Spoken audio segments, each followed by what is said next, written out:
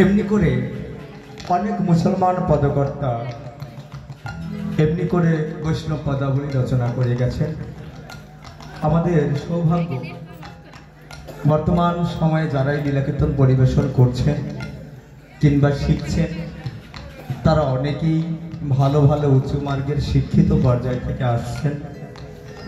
এটা আপনাদের সম্পদ, আপনাদের তৈরি করা সম্পদ। আমাদের এই ভজন দীপিকা বা ভজন প্রণালী তখনই ঠিক থাকবে যখনই কিনা আপনাদের সন্তানগণ সুশিক্ষায় শিক্ষিত হবেন। দুটি কথা বলতেই হয় বাবা, এখন প্রত্যেকটা আসরেই কেউ ডক্টর, কেউ ইঞ্জিনিয়ার, কেউ ব্যাংকার, কেউ মাস্টার, বিভিন্ন উঁচু মার্গের ভজনশীল ব্যক্তিগণ ভক্তিভরে লীলা আস্বাদন করার বাসনা নিয়ে বসে থাকে।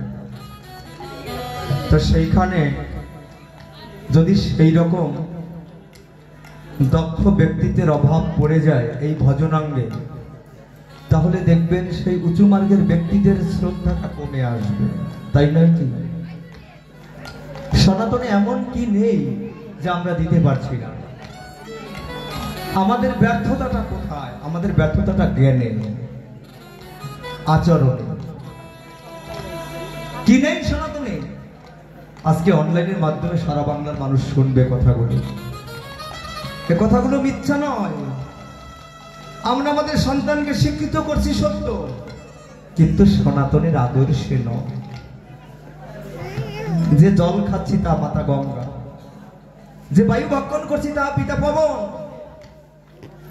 দ্রুতগতি মনের স্বরূপ ইন্দ্রিয়কে যেজন চালনা করে, যে মাটির উপর দাঁড়িয়েছি সে বসুমাতা, যা আস্বাদন করছি তাহা অন্নপূর্ণায় রন্ধন, আর সম্পদ যোগাচ্ছে মাতা লক্ষ্মী, যে বিদ্যা গ্রহণ করছি তাহা মাতা সরস্বতী, শক্তি সামর্থ্যে মাতা দুর্গা, আর ধন ঐশ্বর্যে ধনাধিপতি গণেশ, যুদ্ধাধিপতিকে কার্তিক। কথাগুলো শুনবেন। ছাত্রছাত্রী অনেকেই থাকে আশেপাশে বা দূরে সাউন্ডের মাধ্যমে শুনছেন। আপনার সনাতনে কি নেই যে আপনি উত্তর করতে পারছেন না? আপনি উচ্চ শিক্ষা লাভ করে কেন সনাতনীকে অশ্রদ্ধা করছেন? প্রশ্নটা কি হোয়াই? কেন? আপনি কি শিক্ষা গ্রহণ করছেন? আমি আমার মতো কোনো ভাই বোনকে এই প্রশ্ন রাখছি, সমাজকে, এই যুব সমাজকে এই প্রশ্ন রেখে গেলাম অনলাইনের মাধ্যমে। আমার লীলাকীর্তনের এটাই উদ্দেশ্য, যে কোনো ভাই বোন যেন সনাতনকে সত্যকার ভাবে যেন বুঝতে পারে। এতগুলো ডিপার্টমেন্ট এই সনাতনে আছে, অন্য কোন ধর্মে আছে কিনা আমি জানি না। আমার এখানে সব আছে। তাই যদি বুঝতে হয়, শিক্ষা গ্রহণ করতে হয় যেন সনাতনকে সত্যিকার ভাবে আমরা জানতে পারি, শিখতে পারি। সকলার চরণে আমার এইটুকু নিবেদন, কেউ যদি শিক্ষা গ্রহণ করে যেন কুশিক্ষা অশিক্ষা গ্রহণ না করি।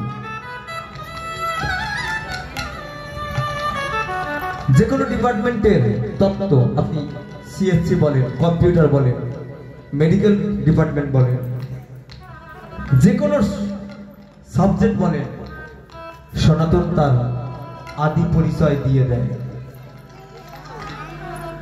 যাই হোক, প্রতিটা আসলে এরকম কিছু বাতুলতা আমি বলি, এটা আমার স্বভাব, আপনারা ক্ষমা করবেন, এটা আমার স্বভাব। আজ লীলা স্মরণে শ্রীরাম দাম বসুরা আমার সবাইকে সঙ্গে নিয়ে ডেকে ডেকে বলছেন, পূর্ব লীলায় বলেছিলাম সিংহা বেনু মুরলী সিংহার ধ্বনি করেছে, যেটা রজগুণের প্রতীক, যার অধিকর্তা পিতা ব্রহ্মা, সৃষ্টি তত্ত্বের প্রতীক, অর্থাৎ জগতে আসার প্রতীক। তাই সিংহার ধ্বনি করেছিলেন। আজও ডেকে ডেকে বলছেন, ও শ্রীরাম পল জড় কর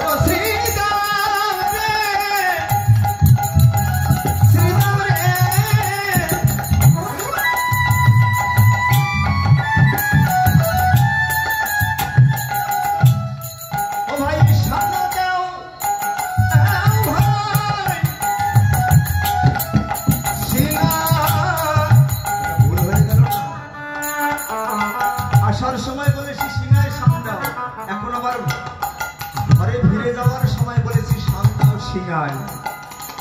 তাতে কি পালজারও হবে? ওটা তো আসার প্রতীক, যাওয়ার প্রতীক না। তবুও গাইলেন পালজার।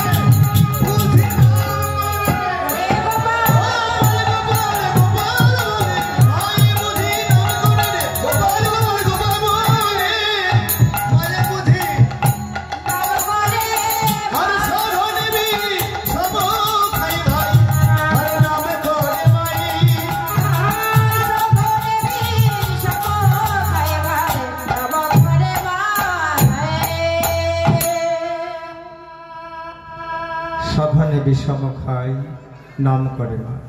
অভাগ আমার মা ঘনে ঘনে বিষম খাচ্ছে, এই বুঝি আমার নাম করছে কারো না।